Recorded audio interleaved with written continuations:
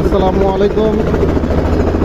সুদূর south Africa থেকে আমাদের বাদল মামা ওনার মেয়ের জানাজায় অংশগ্রহণ করার জন্য এই মাত্র হেলিকপ্টার যোগে গুণবতী মাঠে নামছেন।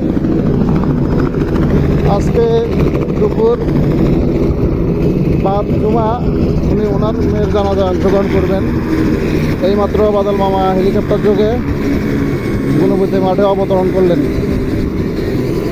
ওনার 4 বছর বয়সী মেয়েটি গতকাল দুপুরবেলা পানিতে পড়ে মৃত্যুবরণ করেন।